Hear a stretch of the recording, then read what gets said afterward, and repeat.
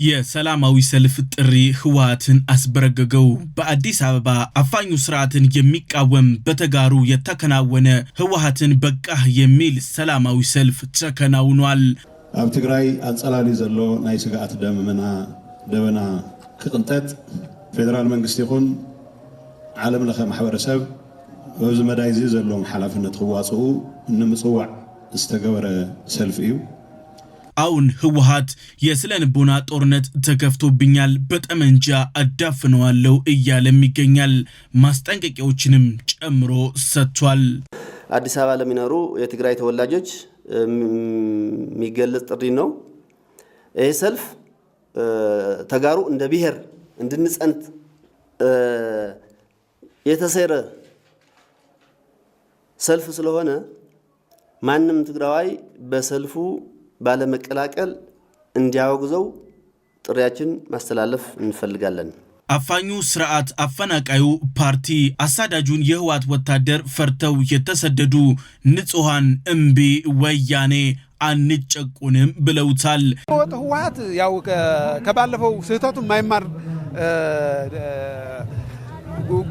ክሪሚናል ግሩፕ ነው ዛሬ አይደለም ህገወጥ የሆነው ሲጀመርም ሲፈጠርም ህገወጥ ነው ቡድኑ ራሱ ነው አፈጣጠሩ አድረጃጀቱ ህገወጥ ነው ስለዚህ ስህተትና ማለት አላስፈላጊ ህገወጥ የሆኑ ስራዎችን ከመስራት አይቆሙም ከዚህ ዲስአፒር ወይም ካልጠፋ ማለት ነው አሁንም ትግራይ ውስጥ እየሰራ ያለው በወታደራዊ ግዳጅ በኃይል ወጣትን ያፈሰ ወደ ስልጣና ማዕከል ነው ያስገባ ያለው በትግራይ ክልል አሁን እየተባባሰ የመጣው ሁለንተናዊ ቀውስ የሰብአዊ መብት እንዲሁም የቁም ስቃይ አሁን አሳሳቢ ደረጃ ላይ ደርሷል የግዳጅ አፈሳውን መንግስትና ዓለም አቀፉ ማህበረሰብ ጥሪ ቀርቦላቸዋል ይህንን ጉዳይ እባካችሁን ተመልከቱት ተብለዋል በሀገረ ሰላም ትላንትና ኔትወርክ ዘግቶ ሲጨፈጨፍ በደም በቪዲዮ ወጥቷል ከትላንት በስቲያ ደግሞ የወልዋሎ አዲግራት ስፖርት ክለብ ወደ ከተማዋ ሲገባ ወጣቶቹ አፈሳው ይቆም የሚል ትልቅ የተቃውሞ ሰልፍ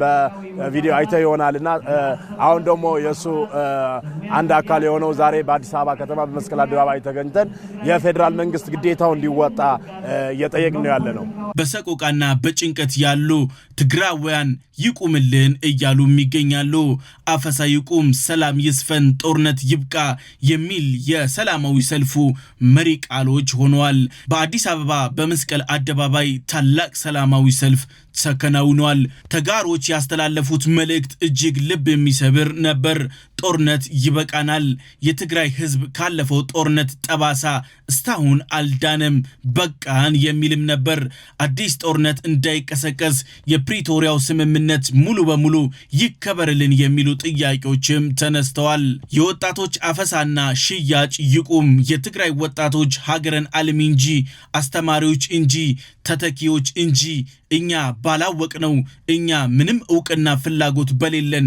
ጦርነት ላይ መማገድ አይደለም እያሉ ነው ይህ ጦርነት በቃን የሚል የግፉሃን ድምጽም ጭምር ነው እንዴት እናረጋለን እዛ ያለ አካባቢ ታፍሰው እዛውም አይደለም ወደ ሱዳን ነው በግፍ እየታፈኑ እየተወሰዱ ያሉት ማለት ነው ስለዚህ ያንንም ነገር ደግሞ መቆም መቻል አለበት ፌደራል መንግስትም እንደ መንግስት ይሄ መለከቷል ማለት ነው ስለዚህ ድምጽ ሊሆን ይገባል ድምጽ ልንሆን ይገባል ብለን ነው እኛም በዚህ ደረጃ የመጣ ነው ማለት ነው ተጋሮች እንዳሉት ከሆነ ለጦርነት የምንማገድበት ምንም ምክንያት ስለሌለ የግዳጅ ውትድርና ባስቸኳይ ይቁምልን መንግስትና ዓለም አቀፉ ማህበረሰብ ጣልቃ ይግቡልን የዲፕሎማቲክ ማህበረሰቡ የትግራውያንን ህዝባዊ ጭቆና ያስቆሙልን እያሉም ጭምር ነው ይህ አጥፊ የሆነ ቀውስ ይዞ እየመጣ ነው የሚል ድምጾች በሰፊው ተስተጋብተዋል የሰላማዊ ሰልፍ በአዲስ አበባ በትግራይ ደግሞ ከቤት ያለ መውጣት አድማ ተከናውኗል ለጦርነት እምቢ የሚል ድምጾችም በሰፊው በአዲስ አበባም በትግራይም ተሰምተዋል አሁን የአርመሞ ጊዜ በትግራይ እየተከናወነ ይገኛል። ህዝብ ፊቱን ሰውሯል። ህወሓት ግራ ተጋብቷል። ይህ ሰልፍ በአዲስ አበባ ብቻ የሚወሰን አይደለም። በቀጣይ ተጋሩ ባሉባቸው ሁሉ ቦታዎች የሀገሪቱ የተለያዩ ከተሞችና በዓለም አቀፍ ደረጃ በዲያስፖራው ማህበረሰብ አማካኝነት እየተቀጣጠለ የሚሄድም ጭምር ነው። ህወሓት ምን እየተከናወነ እንደሆነ ለመረዳት ራሱ ተቸግሯል። ህወሓት ለአዲስ አበባው ሰላማዊ ሰልፍ ምላሽ ሰጥቷል። አቶ ሚካኤል አስገዶም የህወሓት ቃል አቀባይ የህወሓትን ፍርሃት ግልጥ አድርገውታል። እሳቸው እሸፍናለሁ ሲሉ ይበልጡኑ ተገልጦባቸዋል። ሰላማዊ ሰልፉን ተጋሩ ደግፎታል ለማስባል የተደረገ የህወሓትን የበላይነት ለማስቆም የተደረገ ሴራ ነው ብለውታል። ህወሓት በአፈቀላጤዎቹ ታጅቦ እስከዛሬ ተጋሩን ሲያምታታ ቆይቷል። አሁን ህወሓት ጭምብሉ ተገልጦበታል። የገነባነው አንድነትን ለመበተን የታለመ ነው ሲልም ኮንኗል። ህዝብን ለማንቃት የተደረገ አካሄድ ዓላማችንን ለማደናቀፍ ልዩነቶች እንዲታዩ ግልጽ ለማድረግ የተደረገ ሂደት ብሎታል። ሆን ተብሎ የተደረገ ነው፣ ምላሽም ይኖረናል እያለም ጭምር ነው። የፕሪቶሪያው ስምምነትን ለጊዜያዊ ስልት ብቻ ነበር እንጂ ለዘላቂ ሰላም ታስቦ የተደረገ አልነበረም። ይህ በህወሓት አመራሮች የተደረገ እጅግ ጥብቅ ሴራም ጭምር ነው። ጽንፈኛው ቡድን ተወካዮችን ወደ ፕሪቶሪያ የላከው ከልብ የመነጨ የሰላም ፍላጎት ኖሮት አይደለም። ህወሓትን ወክለው የተፈራረሙት ሰዎች የሰላም ፍላጎት ቢኖራቸውም ላኪዎቹ ግን በፍጹም የሰላም ፍላጎት የላቸውም። የነሱ ፍላጎት ግን ይህ ነው። ከባድ ወታደራዊ ሽንፈትን ተከትሎ የመውደቂያ ጊዜያቸውን ለማራዘም የተዘየደ የሞኝ ትልም ነበር። ህወሓት ሽንፈቱ ግልጽ ስለሆነ ስምምነቱን እንቀበል ብለው እንዲፈርሙ ተገደዋል። በስንት ፍትጊያና ለቅሶ ስምምነቱ ተፈርሟል። የስምምነቱ ፈራሚዎች ወደ ትግራይ ሲመለሱ የጠበቃቸው እጅግ ሞቅ ደመቅ ያለ የጀግና አቀባበል ሳይሆን የካዲ አቀባበል ነበር። አቀባበሉን ደግሞ ያደረጉት የህወሓት ላኪዎቻቸው መሪዎቹ ናቸው። ህዝቡ ግን ደስታውን ባገኘው አጋጣሚ ሁሉ እስከ ዛሬ ድረስ ሲገልጽ ቆይቷል። ህወሓት ቀድሞ ስህተት ያለውን አሁን ደግሞ ይከበርልኝ ይለዋል። አንድ ያነሰዋል፣ አንዴ ይጥለዋል። ህወሓት አሁን ግራ ተጋብቷል። ሁለት መንገድ ላይ ሁለት እግሩ ቆሟል። የህወሓት ከርከሮ አመራሮች በልባቸው ተረፍን፣ በአፋቸው የጦርነት ስልት እያሉ ይሰይሙታል። ስምምነቱ ከተፈረመ ማግስት ጀምሮ ወታደራዊ ኪሳራ ቢቆምላቸውም ከሚወዱት ጦርነት ጋር ለአንዴና ለመጨረሻ ጊዜ እንደሚለያዩ ሲያቁ ዲዲአርን ወይንም የትጥቅ መፍታት ሂደትን ሙሉ በሙሉ ለማሰናከል ሞክረዋል። ድንቅፍቅፎችን እዚህም እዛም ፈጥረዋል። ሂደቱን በሙሉ ያደነቃቀፉትም ጭምር ነበር። ትጥቅ መፍታት ሲጀመር ተራዎቹን የጦር መሳሪያዎች በጥቂቱ መስጠት ጀመሩ። ወሳኙን ግን ትልቅ የተባለውን ኃይል ግን እንደ ሬሳ እዚህም እዚያም ቀበሩት። የዲዲአር ገንዘብን ለአዲስ ወታደራዊ ምልመላ ለአዲሱ የሱዳን ጦር መክፈቻ አዋሉት። የጸጥታ መዋቅሩን በማስተካከልና ከፌደራል መንግስቱ ጋር ሙሉ በሙሉ በመጣጣም የሚያዘውን አንቀጾች ወደ ጎን በመተው ወታደራዊ ስምሪትና ምልመላ የኃይል ማሰባሰብ ስራ ላይ ህወሓቶች ተጠመዱ። ህወሓት በመግለጫው እንዳለ ከሆነ ሸውዳችሁን የወጣችሁ ወጣቶች መለሱ የሚል ቀጭን ማስጠንቀቂያም በመግለጫው ላይ አካቶበታል። አዲስ አበባ ያለው በተለያዩ ምክንያቶች ተሸውዶ የሄደ ወጣትም ወደ ሀገሩ እንዲመለስ ግን የህወሓትን ጥሪ ሰምተው የማይመለሱ ከሆነ እንደ ሻዕቢያ እርምጃው በቤተሰቦቻቸው ላይ ተግባራዊ የሚደረግ ይሆናል። ለህወሓት እጅግ አስፈሪ የተባለው የዲፕሎማሲ ክስረት ይህ ነው። አብሶ የፕሪቶሪያውን ስምምነት የተፈራረሙ ሰዎች አሁን ጦርነት በቃን እያሉ ይገኛሉ። ይህ እየተባለ ያለው በመስቀል አደባባይ በአደባባይ ላይ ነው። ይህ ለህወሓት እጅግ ከባድ ዋጋ ያስከፍሏል።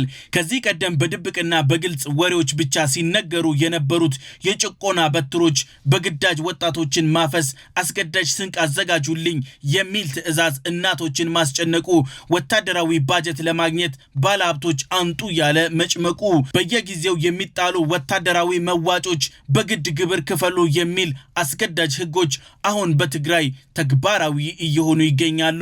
የሰሞኑ ግን እጅግ አስገራሚ ነው። ህወሓት ግብር ስብሰባ ጀምሯል። ግብሩ ደግሞ ታይቶ ተሰምቶም የማይታወቅም ጭምር ነበር። ከታሪካዊ የሀገራዊ ጠላቶች ጋር የሚደረጉ ድንበር ተሻጋሪ ሴራዎች ዛሬ ጭንብላቸው ተገፎ በዓለም አደባባይ ላይ ይፋ እየሆነ ይገኛል። ህወሓት የያዘው ነገር ሁሉ እየከሸፈበት ነው። ህወሓት ዓለም አቀፍ የዲፕሎማሲ መገለልና ማዕቀቦች እየደረሱበት ነው። የህወሓት ህገወጥ አፋኝ ፋሺስታዊ አፍራሽና የሰላም ጠልነቱ ሚና አሁን ተጨባጭ እየሆነ መጥቷል። መሰረታዊ ማሳያዎቹ ግልጽ እየሆነ መጥቷል። የአውሮፓ ህብረት ማስጠንቀቂያ ሰጥቷል። የአውሮፓ ህብረት በበኩሉ ቡድኑ የፕሪቶሪያውን ስምምነት በአስቸኳይ እንዲያከብርና ከማንኛውም ግጭት ቀስቃሽ ድርጊቶች እንዲቆጠብ ጠንካራ የመጨረሻ ማስጠንቀቂያ ሰጥቶታል። ስምምነቱ ካልተተገበረ ከባድ ማዕቀቦች እንደሚጠብቁትም ግልጽ ተደርጎለታል። የህወሓት አመራሮች ላይ በአሜሪካም በአውሮፓም የተጣሉት ማዕቀቦች የሚቀጥሉ ይሆናሉ። በቀጣይ የሚጠበቁት ማዕቀቦች የህወሓት አመራሮች በውጭ ሀገራት ያካበቷቸው ከሀገር ዘርፈው የወሰዷቸው ቋሚም ተንቀሳቃሽም ሀብቶቻቸው ሙሉ በሙሉ የሚታገድባቸው ይሆናል። በፍርድ ቤት ደግሞ የወንጀል ክስ ይጠብቃቸዋል። ዲፕሎማሲያዊ ጫናና መገለልም እየገጠማቸው ይገኛል። አሁን ህወሓት ግራ ተጋብቷል። የቱን ይወስን? ጦርነቱን ይጀምር ወይንስ ይተው?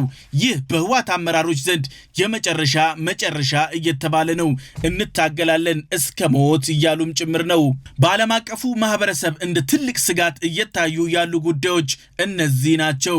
ድንበር ተሻጋሪ ሴራዎች እንዲሁም ከታሪካዊ ጠላቶች ጋር የሚደረግ እጅ ጥምዘዛ በሰፊው አሳሳቢ ደረጃ ላይ እየደረሰ ነው። ዓለም አቀፍ የደህንነት ምንጮች እንደሚያረጋግጡት ከሆነ ይህ የጥፋት ስብስብ ስልጣን ለመጨበጥ እና የጥቂት አዛውንት አመራሮችን ጥቅም ለማስጠበቅ እንዲሁም ህልውናቸውን ለማረጋገጥ ሲባል የውጪ የጥፋት ኃይሎች ጋር ፍላጎታቸውን ለማሟላት አሁን በቅጥረኝነት ደረጃ ህወሓት አጀንዳዎችን መቀበል ጀምሯል። በትግራይም በጎረቤት ሀገራትም ላይ አዲስ ደም አፋሳሽ ጦርነት ጀምሯል። ይህ ቀጠናዊ ውንብድናም ጭምር ነው። ህወሓት የትግራይ ህዝብ ላይ በደል በበደል እየፈጸመ ይገኛል። የህዝብ ቁስል ላይ እንጨት እየጨመረም ጭምር ነው። ትህነግ ስለ ምስኪኑ ህዝብ ስቃይ ቅንጣት ያክል ደንታ የለውም።